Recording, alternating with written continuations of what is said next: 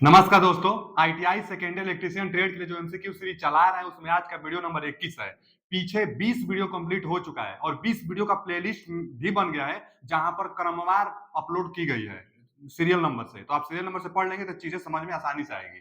तो आइए एक ऐसे वीडियो के पहले क्वेश्चन की तरफ चलते हैं। क्या कर रहा है पहला क्वेश्चन कि why the collector region is a physically made layer then emitter region in a transistor. मतलब एक ट्रांजिस्टर में कलेक्टर क्षेत्र भौतिक रूप से उत्सर्जक क्षेत्र से बड़ा क्यों बनाया जाता है। मतलब साफ साफ यहां देखिए क्या कहना चाहता है। हमारे पास है एक ट्रांजिस्टर, हम सभी को पता है कि ट्रांजिस्टर में ना 3 लेयर होता है।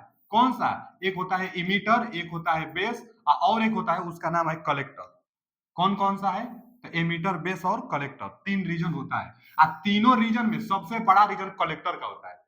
अब यही पूछा है कि ट्रांजिस्टर में कलेक्टर क्षेत्र भौतिक रूप से उत्सर्जक क्षेत्र से बड़ा क्यों होता है। इमीटर मतलब उत्सर्जक और यही है कलेक्टर। तो कलेक्टर उत्सर्जक से बड़ा क्यों होता है? तो हम बता दें क्योंकि इमीटर से इलेक्ट्रॉन का उत्सर्जन होता है और सारा सारा इलेक्ट्रॉन इसी में पहुंचता है, बेस के रास्ते कलेक्टर में जाता है। और जब कलेक्टर में इलेक्ट्रॉन जाएगा तो ज्यादा इलेक्ट्रॉन उसको कलेक्ट करना है तो हीट बनेगी, तो हीट को कंट्रोल करना होता है, इसलिए इसको बड़ा बना दिया जाता है। हीट सिंक भी कहते हैं कलेक्टर को। तो कलेक्टर बड़ा क्यों बनाया जाता है? क्योंकि हीट को कंट्रोल कर सके, ज्यादा से ज्यादा इलेक्ट्रॉन को उसको कलेक्ट करना होता है। तो क्या दिया है पहला option, it has to dissipate more heat, यही ए ऑप्शन सही है। इसमें अधिक गर्मी का प्रसार करना पड़ता है, गर्मी का अधिक प्रसार करना पड़ता है, इसलिए एरिया ज्यादा बना दी जाती है। और एक क्वेश्चन और आया था इससे कि किसकी डोपिंग ज्यादा होती है। तो सबसे ज्यादा डोपिंग इमीटर की, क्योंकि डोपिंग ज्यादा रहेगा तो उत्सर्जित इलेक्ट्रॉन का करने में आसानी होगा। तो डोपिंग इमीटर का ज्यादा होता है और एरिया सबसे ज्यादा कलेक्टर का होता है। आते हैं अगले क्वेश्चन की तरफ। एक ट्रांजिस्टर का कार्य क्या है? ट्रांजिस्टर अभी वही आता है, एम्पलीफाई करता है।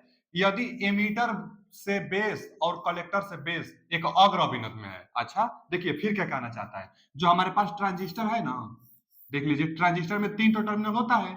एक तो होता है एमीटर का जो ज्यादा डोपिंग की गई होती है, एक होता है बेस का, इसका कम डोपिंग और सबसे कम एरिया होता है, और एक होता है कलेक्टर का क्योंकि एरिया ज्यादा होता है, क्योंकि हीट ज्यादा इसको तो करना होता है। अब 3 ठो इसका टर्मिनल भी बनेगा। एक यहाँ इमीटर वाला बैटरी से कनेक्ट करेंगे, और एक ये बेस वाला, और एक ये कलेक्टर वाला। अब देखिए बेस को तो कॉमन कर देंगे, 2 बैटरी लगाएंगे, एक यहाँ एक यहाँ। और मान लीजिए ना कि ये कौन सा एन पी एन ट्रांजिस्टर है। अब यहाँ एक बैटरी लगेगी, एक बैटरी यहाँ लगेगी। तो ऐसा किया जाता है ना कि दोनों क्या है, फॉरवर्ड बायस में है। कौन कौन? दोनों, इमीटर बेस और कलेक्टर बेस, दोनों फॉरवर्ड बायस में। तो फॉरवर्ड बायस में करने के लिए पी को पॉजिटिव, तो पी पॉजिटिव यहाँ निगेटिव। देखिए यहाँ भी कलेक्टर बेस को फॉरवर्ड बायस में करने के लिए पी को पॉजिटिव, यानी इधर पॉजिटिव इधर निगेटिव। तो हो गया। ये जो ट्रांजिस्टर बना है दोनों जंक्शन पॉजिटिव, देखिए एक तो यहाँ जंक्शन बना है emitter base junction forward bias में है, और कलेक्टर बेस जंक्शन ये भी फॉरवर्ड बायस में है क्योंकि पी पॉजिटिव है। तो दोनों जंक्शन जब फॉरवर्ड बायस में हो तो क्या काम करता है?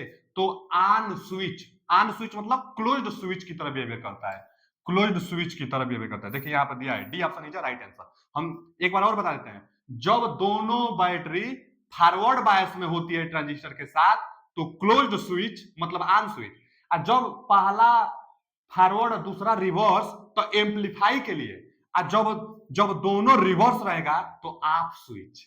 यहाँ ऑन स्विच है, दोनों फॉरवर्ड है, एफ डब्ल्यू डी ये भी फॉरवर्ड है, एफ डब्ल्यू डी ये भी फॉरवर्ड है ट्रांजिस्टर के साथ। जब दोनों फॉरवर्ड तो ऑन स्विच, दोनों रिवर्स तो ऑफ स्विच, एक फॉरवर्ड एक रिवर्स तो हो जाएगा एम्पलीफिकेशन के रूप में। तो यहाँ दोनों फॉरवर्ड था इसलिए क्लोज्ड स्विच था।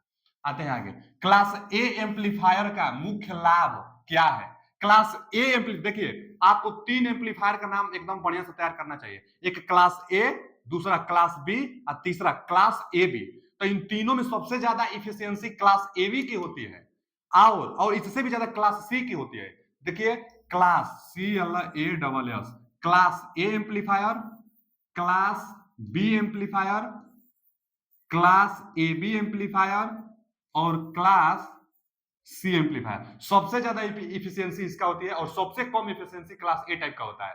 लेकिन भले इफिशियंसी क्लास ए का कम होता है लेकिन डिस्टोर्शन जो हानि होते हैं वह इसमें बहुत कम होती है। तो डिस्टोर्शन इसमें कम होता है, minimum distortion class A type में। दिया है ना क्लास ए, तो क्लास ए टाइप का एम्पलीफिकेशन में क्या होता है, मिनिमम डिस्टोर्शन होता है, इफिशियंसी कम होती है लेकिन डिस्टोर्शन मिनिमम होता है।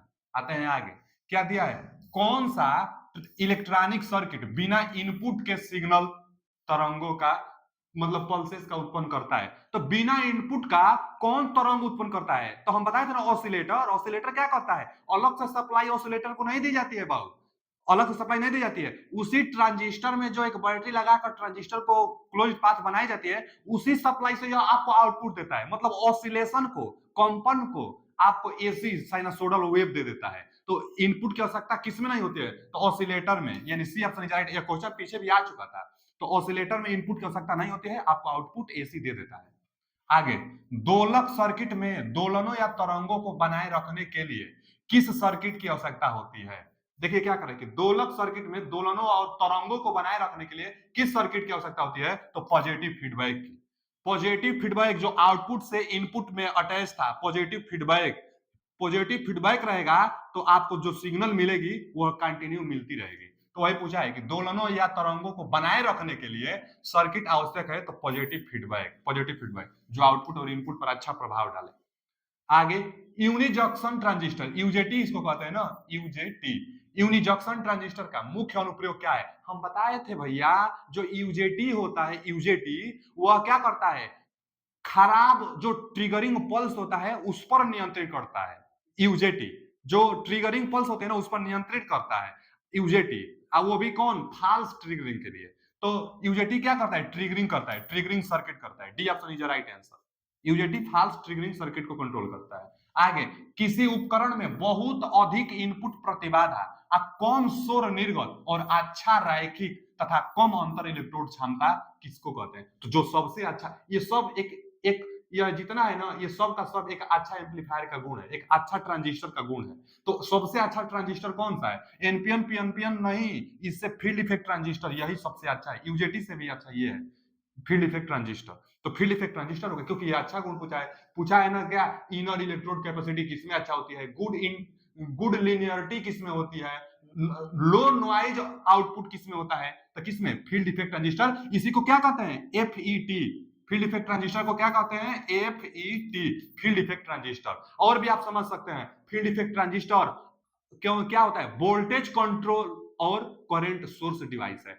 एक सवाल आया था, वोल्टेज कंट्रोल डिवाइस कौन सा है, तो field effect transistor, voltage control और करंट सोर्स। तो करंट सोर्स यानी करंट आपको देगा तो आउटपुट करंट कम होगा, इनपुट करंट ज्यादा होगा। और इनपुट देखिए क्या है, field effect transistor output volt, मतलब इसको कहते हैं वोल्टेज कंट्रोल डिवाइस और आउटपुट करंट सोर्स। तो आउटपुट में करंट का मान अच्छा होता है, तो इसका मतलब आउटपुट में प्रतिरोध का मान कम होगा, तो इनपुट में ज्यादा होगा।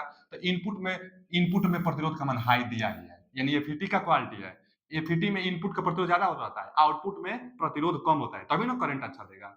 आगे, जे फेट आ गया, जे ही फेट को संशोधित करके एफईटी मोसफेट बनाया जाता था। एफईटी फील्ड ट्रांजिस्टर को संशोधन करके जे फेट, जे फेट को संशोधन करके मोसफेट। पहले तो आया था FET, FET, field effect transistor. इसी के दो भाग हैं, एक तो जे फेट है, जे फेट, और एक मोसफेट, एमओएस एफईटी, मोसफेट। तो जे फेट का संशोधित रूप मोसफेट है। क्या होता है इसका फुल फॉर्म मोसफेट का, मेटल ऑक्साइड, मेटल, इसी को आईजीबीटी भी कहते हैं, इसको क्या कहते हैं कि metal oxide silicon field effect transistor. Metal oxide silicon मतलब एक इंसुलेटेड लेयर बनाते जाते हैं, इसी को हम एक और नाम से आईजीबीटी नाम से, क्या इसको कहते हैं, IGBT, full form insulated gate bipolar transistor. तो यही पूछा है कि जेफिट की तुलना में मोसफेट के धारा नियंत्रण में क्या अंतर है, तो भैया मोसफेट में एक इंसुलेटेड लेयर लगी होती है, इसका सिंबल भी देखिए ऐसे होता है,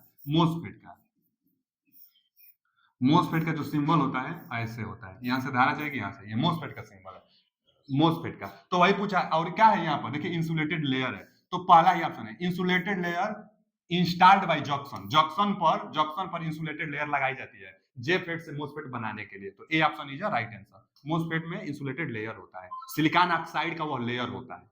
आगे, अब यह देखिए, एक एकदम सेम पिछले वीडियो में 20वें नंबर के वीडियो में एकदम सेम यही आया था और पूछा था इसका डायग्राम क्या है, तो वहां पर करंट यहाँ था, यहाँ पर करंट यहाँ है।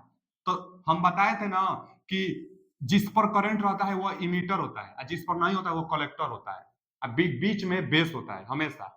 तो जो इससे पिछला वाला क्वेश्चन था, करंट यहां दिया था, यहां दिया था, मतलब इमीटर को इनपुट और आउटपुट में कॉमन किया था। इस बार कलेक्टर को इनपुट आउटपुट में कॉमन किया है, यानी कॉमन कलेक्टर इस बार है, common collector. D option is right answer. जो कॉमन कर देगा ना इनपुट आउटपुट में, वही कलेक्टर कहलाता है। तो कॉमन क्या किया है, कलेक्टर को किया है, कॉमन कलेक्टर एम्पलीफायर, जो कलेक्टर इनपुट दोनों। अब कैसे पता चला कि यह कलेक्टर है, तो जहां तीर दिया रहता है वह इमीटर होता है, और जहां तीर नहीं दिया होता है वह कलेक्टर होता है। अब बेस हमेशा बीच में होता है, जो कॉमन रहेगा वही कॉमन इमीटर एम्पलीफायर होगा। आगे 220 वोल्ट आरएमएस एसी वोल्टेज की पीक वोल्टेज बताइए। भैया पीक वोल्टेज मतलब मैक्सिमम मान बताना है, और क्या फॉर्मूला होता है आरएमएस मान का, भी आरएमएस मान बराबर भी मैक्सिमम मान बटा में √2। मैक्सिमम मान में √2 से आप भाग देंगे, डिवाइड करेंगे, तो आरएमएस मान आपको प्राप्त होता है। तो यहां से मैक्सिमम मान निकालने के लिए आपको क्या करना होगा कि भी आरएमएस मान में √2 से गुणा करना होगा। अब जो वोल्टेज दिया होता है वह आरएमएस मान दिया होता है, जब तक कि वह बताया ना हो, कुछ नहीं बताया है तो आरएमएस मान ही होगा। वो जो आप मेजर करते हैं ना वोल्ट मीटर एमीटर से, वो सब आरएमएस मान मेजर करते हैं। आप घरों में जो 220 वोल्ट की सप्लाई आती है वो आरएमएस मान होता है। अब मैक्सिमम मान पूछ रहा है कि अब लिखा भी है आरएमएस, यहाँ पे 220 आरएमएस एसी वोल्टेज का पीक वैल्यू माने मैक्सिमम मान बताइए। तो यही मैक्सिमम मान बताना है। आरएमएस मान कितना दिया है, तो 220 वोल्ट दिया है, और √2 का मान कितना होता है 1.414। इसका गुणा कर दीजिए, 311 दशमलव कुछ आता है, एक 7 दिया है तो इतना ही आएगा, 311.17 वोल्टेज आता है। माने आपके घरों में लोग बोलते हैं ना कि 220 वोल्ट की सप्लाई आ रही है, वो आरएमएस मान होता है। रियल में तो आपके घरों में सप्लाई 311 वोल्ट आती है, वह मैक्सिमम मान होता है। आपके घरों में सप्लाई 311 वोल्ट आती है, लेकिन मैक्सिमम मान होता है, और आरएमएस मान 220 वोल्ट होता है। तो कितना 311.17। B option is right answer. आते हैं अगले क्वेश्चन की तरफ। सीआरओ के इनपुट प्रतिबाधा को कैसे बढ़ाया जा सकता है, तो भैया एक प्रोब लगा होता है, प्रोब में बाहर से रेजिस्टेंस को ऐड करके, प्रोब जो होता है सीआरओ में, सीआरओ क्या होता है, कैथोड रे ऑस्किलोस्कोप, जो आप हॉस्पिटल में जाते हैं तो नहीं ग्राफ दिखाई देता है, वही सीआरओ होता है। तो सीआरओ में एक्सटर्नल रेजिस्टेंस ऐड करते हैं प्रोब की सहायता से, तो by adding resistance CRO probe, यही ऑप्शन सही है। प्रोब की सहायता से एक्सटर्नल रेजिस्टेंस को हम लोग ऐड करते हैं सीआरओ में। आगे देखिए 10.2 माइक्रो सेकेंड के टाइम बेस सेटिंग के साथ 5 डिवीजन द्वारा कवर किया गया सीआरओ स्क्रीन पर प्रदर्शित सिग्नल की आवृत्ति बताइए। देखिए सबसे पहली बात, फ्रीक्वेंसी आपसे पूछा है, फ्रीक्वेंसी पूछा है, लेकिन क्या दिया है कि 10.2 माइक्रो सेकेंड के टाइम बेस सेटिंग के साथ 5 डिवीजन द्वारा कवर किया जाता है। माने इतना सेकंड के साथ 5 डिवीजन कवर किया जाता है। तो टोटल टाइम बता दीजिए कितना लगेगा, तो total time TOTAL, total time कितना लग जाएगा 5 डिवीजन के लिए। कह रहा है कि 10.2 माइक्रो सेकेंड के साथ 5 डिवीजन कवर करता है, यानी 10.2 माइक्रो को 10 का पावर -6 कहते हैं। 10.2 माइक्रो सेकेंड माने इतना टाइमिंग के साथ 5 डिवीजन कवर करता है। तो क्या करेंगे 5 का गुणा, यही टोटल टाइम आ गया 5 डिवीजन। आज 10.2 को क्या कहा जाता है जी, तो 1/5 कहा जाता है। 10.2 को 1/5 कहा जाता है, गुणे 10 का पावर -6 और गुणे 5, 5 से 5 कट जाएगा, यानी टोटल टाइम 10 का पावर -6 सेकेंड है। टोटल टाइम 10 का -6 सेकेंड है। अब फ्रीक्वेंसी निकाल दीजिए। हमको पता है कि फ्रीक्वेंसी बराबर 1/t होता है ना, आवर्त काल के व्युत्क्रमानुपाती को फ्रीक्वेंसी कहते हैं। अब मान यहां भर दीजिए, 1/में टी का मान कितना है 10 के पावर -6। अब क्या होगा, यह ऊपर चला जाएगा, तो 10 के पावर 6। अब 10 के पावर 6 में दिया नहीं है, किलो हर्ट्ज में दिया है ना, तो 3 जीरो को किलो करेंगे या 3 जीरो को हजार लिख देंगे। 3 जीरो को हजार, अभी 3 जीरो बचा, तो 3 जीरो या किलो, अब फ्रीक्वेंसी की मात्रा हर्ट्ज, तो किलो हर्ट्ज, वही बात हुआ, किलो को 3 जीरो और 3 जीरो या 10 के पावर 6। तो यही D option is right answer. D option इसका राइट आंसर है, देख लीजिएगा, एकदम आसान क्वेश्चन है सब। आगे आते हैं, रेडियो में क्या खराबी आएगी, रेडियो जो पहले बजता था, रेडियो में क्या खराबी आएगी अगर पल्सेशन को रेक्टिफायर के इनपुट से नहीं हटाया जाता है। मतलब जब भैया देखिए, पहले तो जो रेडियो होता है रेजोनेंस कंडीशन पर काम करता है, एक रेजोनेंस फ्रीक्वेंसी होती है, वो रेजोनेंस फ्रीक्वेंसी भी कितना होती है, तो f0 बराबर 1/2 पाई अंडर रूट में LC या रेजोनेंस फ्रीक्वेंसी। रेजोनेंस फ्रीक्वेंसी के तहत रेडियो सेट कर देंगे तो एकदम स्पष्ट ध्वनि दिखाई देगी। लेकिन जहां पल्सेशन इधर उधर हुआ तो हमिंग नॉइज, जो नए रेडियो में एक अलग से बाहरी आवाज आने लगती है, गनगन गनगन हमिंग नॉइज, वही आवाज आने लगेगी। तो वही कहा कि अगर पल्सेशन को रेक्टिफायर के इनपुट से नहीं हटाया जाता है तो क्या होगा, तो हमिंग साउंड आएगी, रेडियो अच्छा से नहीं बजेगा, रेडियो में हमिंग साउंड आने लगेगी। आगे क्या कहता है कि रेक्टिकरण मतलब दिया है ना कि डिप्लेशन लेयर चाहे डिप्लेशन रीजन कैसा बिहेव करता है, how does the depletion region behaves, कैसा बिहेव्स करता है डिप्लेशन लेयर। तो भैया डिप्लेशन लेयर पहले बनता कहाँ है, तो जो डायोड होता है, कौन सा डायोड, तो मान लीजिए पीएन डायोड, पीएन डायोड में डिप्लेशन लेयर बनता है। क्या होता है, एक तरफ ये पी होल है ना, तो इधर पॉजिटिव पॉजिटिव पॉजिटिव पॉजिटिव, इधर यह निगेटिव निगेटिव निगेटिव, और जितना पॉजिटिव उतना निगेटिव, मतलब ये दोनों न्यूट्रल, न्यूट्रल मतलब इंसुलेटर, तो as a insulator depletion layer as a insulator की तरह बिहेवियर करता है। डिप्लेशन लेयर जो होता है इंसुलेटर की तरह बिहेवियर करता है। आते हैं आगे, 66 वोल्ट लाभ, देखिए ना वोल्टेज लाभ दिया है, मतलब इसको वोल्टेज गेन कहते हैं। What is the power gain, power gain आपसे पूछा है, पीजी पूछा है, पावर गेन पूछा है आपसे, ट्रांजिस्टर से रिलेटेड है। What is the power gain of CE amplifier, माने सीई एम्पलीफायर को common emitter amplifier with a voltage gain of 66 and beta, beta को करंट गेन कहते हैं, बीटा ऑफ ट्रांजिस्टर इज 100। दिया क्या है, वोल्टेज गेन 66 और बीटा को करंट गेन कहते हैं, और बीटा कितना दिया है, तो 100 दिया है। देखिए पावर गेन होता क्या है, तो वोल्टेज गेन, वोल्टेज गेन गुण करंट गेन, जो पढ़ा होगा ये जानता होगा, थ्योरी जो पढ़ा होगा जानता होगा, वोल्टेज गेन गुण करंट गेन, क्या कहते हैं, करंट गेन। और दोनों मान दिया है, रख दीजिए, वोल्टेज गेन दिया है 66 और करंट गेन का मान कितना दिया है, 100 दिया है, तो कितना आएगा, 6600 आएगा। D option, D option is right answer. एकदम आसान है क्वेश्चन, पावर गेन पूछा था, दोनों का मल्टीप्लाई कर दीजिए। आते हैं आगे, क्या प्रभाव होगा अगर एसीआर को चालन में लैच किया जाता है और डीसी गेट करंट हटा दिया जाता है। वो भैया जो एसीआर होता है ना, उसमें एक गेट टर्मिनल होता है, हम देखिए अभी समझा देते हैं आपको, डायोड से ही बनाई जाती है। यह क्या हो गया जी, यह तो डायोड हो गया। अच्छा, इसमें एक और टर्मिनल होता है, इसको क्या कहते हैं हम लोग, गेट कहते हैं। और जब इसको सप्लाई दी जाती है ना जी, तो गेट में एक डीसी वोल्टेज दी जाती है सोर्स के साथ। इसको भी जो ड्रेन और सोर्स होगा, तीनों नाम ड्रेन सोर्स गेट, तो ड्रेन और सोर्स में भी अलग से सप्लाई दी जाती है, लेकिन यह स्टार्टिंग के दौरान स्टार्ट तभी होगा जब गेट के सहायता से भी आप ट्रिगरिंग करेंगे, इसको भी आप वोल्टेज देंगे, लेकिन जब स्टार्ट हो जाएगा तब तो गेट का कोई काम नहीं होता है। तो स्टार्ट है हमारा, और उसके बाद अब गेट को क्या बोल रहा है कि डीसी में करंट हटा दिया जाता है। देखिए क्या दिया है, एसीआर को चालन में, माने एसीआर जब चालन में है, एसीआर को चालन में लैच किया जाता है और डीसी में गेट करंट, देखिए गेट करंट हटा दिया जाता है, गेट करंट हटा दिया जाता है, क्या होगा, चालू तो रहेगा लेकिन क्या होगा, तो हम अभी देख लेते हैं कि यह नियंत्रण अपना यह खो देगा, जो गेट सोर्स होता है ना, अपना नियंत्रण बस खो देगा, डिवाइस चलेगी लेकिन जो गेट सोर्स होगा यह अपना नियंत्रण खो देगा। तो क्या दिया है, एसीआर कट ऑफ हो जाएगी, नहीं नहीं नहीं नहीं, एसीआर कट ऑफ नहीं होगा, एसीआर तो चलता रहेगा, गेट को हटा दिया जाता है बाद में। करंट थ्रू एसीआर ऑफ, मतलब एसीआर से करंट ऑफ हो जाएगा, नहीं गलत कर रहा है। Voltage output will be reduce, output voltage पर कोई प्रभाव पड़ेगा तो नहीं, कोई प्रभाव नहीं पड़ेगा। अब यही बढ़ गया, gate loss control over conduction, यही सही है, गेट अपना कंडक्शन खो देगा, बस यही प्रभाव पड़ेगा। आते हैं आगे, यह दिया है कि जेफेट में पिंच ऑफ वोल्टेज क्या होता है, पिंच ऑफ वोल्टेज क्या होता है कि ड्रेन करंट जब जीरो हो जाती है उसी को पिंच ऑफ वोल्टेज कहते हैं। यह तो एकदम थ्योरी है, इसको एकदम याद कर लीजिए, कौन सी, कि ड्रेन करंट जीरो हो जाता है तो उसी को पिंच ऑफ वोल्टेज कहा जाता है। तो वही पूछ दिया है कि पिंच ऑफ वोल्टेज क्या होता है, तो भैया जब ड्रेन करंट बिकम्स जीरो तो पिंच ऑफ वोल्टेज कहलाता है, ड्रेन करंट का मान जब जीरो हो जाएगा तो वही कहलाता है पिंच ऑफ वोल्टेज। तो आज के लिए इतना ही क्वेश्चन था, मिलते हैं अगले वीडियो में, अभी के लिए इतना ही, थैंक यू, धन्यवाद।